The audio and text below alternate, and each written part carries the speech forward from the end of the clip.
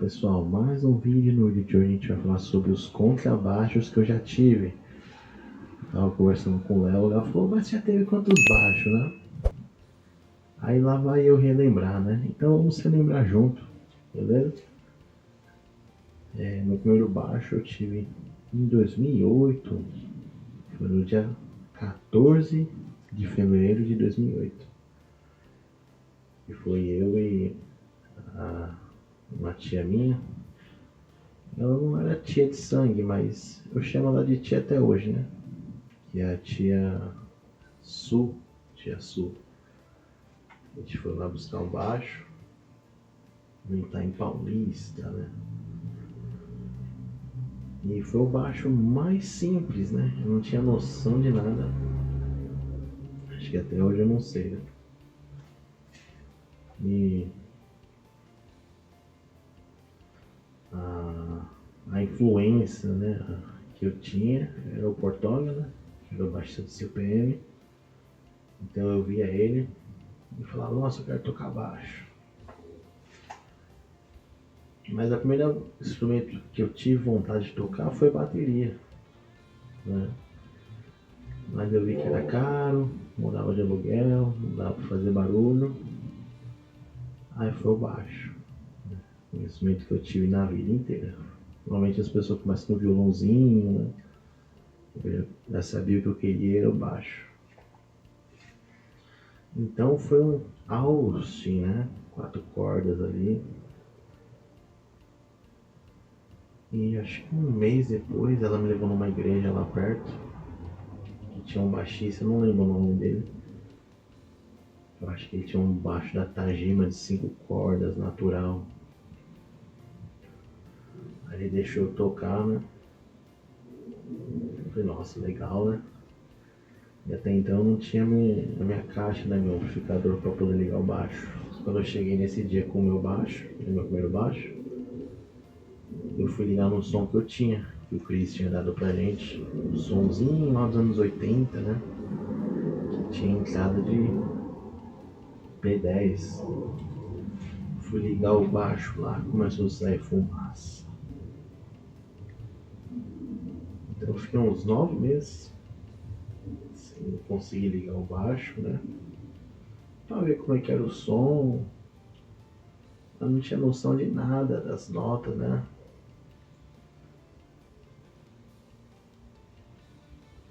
Aí depois eu consegui pegar um Meteoro. Acho que era FWB20, alguma coisa assim. Eu logo depois já comecei a ensaiar com as bandas, com o pessoal. E vi que não era um baixo tão legal. Mas era bem pra começar mesmo. E eu fui na outra loja lá em São Miguel Paulista e vi um Fênix preto e branco e um Giannini Sunburst, né? E acho que o Fênix era 400 e o Giannini era 500. Mas já soaria bem melhor do que o Austin, né? O Austin foi acho que 350 com a capa, né? Você vê como é que era mais barato os instrumentos mas também era mais difícil a situação, né? Pelo menos a minha situação. Aí pra poder comprar um tinha que vender o outro, né? Não dava pra ter dois. Aí lá vai eu tentar vender pra um ex-vizinho meu lá. Acho que eu fui vender por 200 conto. Pra poder inteirar pra comprar o outro. Aí o cara quis me dar parcelado. Ó, desde essa época as pessoas querem pagar parcelado. E ainda enrolam pra pagar, né? Isso quando pagam, né? Aí ele foi lá e me deu 100 conto e falou, dia 5 eu te dou o restante. Chegou lá dia 5, nada. Ficou mais um mês enrolando. Pra dar 100 conto. Por isso que esse negócio de confiança não é legal, né? Conhece tantos anos, ó. Não envolve isso. Então, eu fiquei um bom tempo ali com esse Giannini. Só que aí em 2011, né, teve a cicatriz, as paradas e eu não conseguia mais tocar baixo. E eu comecei a fazer as composições e senti que tinha que tocar guitarra. Aí eu fui, peguei a SG vermelha, Epiphone bonita. Vai ter no vídeo das guitarras, tá? Aí em 2012 eu achei um corte, né, preto e branco, bonito, Precision. E era bem leve, né? Era muito leve. Aí lá vai eu pra passar o Giannini pra poder investir em outro equipamento. Eu ia falar que na época eu era meio burro, mas eu acho que eu ainda sou, né? Não sou muito bom para negócios. E acabei trocando o Giannini numa Viamp de baixo, Viamp 6, né? Aquela cinza. E mais uma grana no Giannini, já que o Giannini estava parado por ser muito pesado, né? Então o Kurt foi o terceiro baixo, né? Já tava com baixo legal, com som legal, né? E leve, né? Não tinha mais por que ficar gastando com baixo, investir em baixo. Tanto que a gente gravou o quilômetro 29 com ele e deu um puta timbre junto com a Viamp, né? Bem som de Precision mesmo. Nesse meio tempo eu peguei um tecladinho, um KB, não lembro a numeragem, e acabei trocando, né? Um colega de outro cara que eu toquei uma época. Peguei um baixo Golden, troquei esse teclado num baixo Golden. Ele era vermelho. E nessa época deu a doida em mim e falou que ia ter só instrumento branco. Aí foi quando o violão virou branco, né? Quando ainda era violão. Aí o baixo ficou branco. Aí eu acabei dando o corte pelas pinturas. Ó, pensa no menino ruim de negócio. Pelas pinturas e mais alguma coisa lá. Acho que era um pedal, alguma coisa assim. E no final foi tudo embora, né? Aí eu fiquei com esse Golden. Já era o quarto baixo. E troquei esse Golden num violão. Rapaz, é vídeo de trocas. Eu fiquei mais um tempo sem baixo, mais uns anos. E peguei um Hofner, né?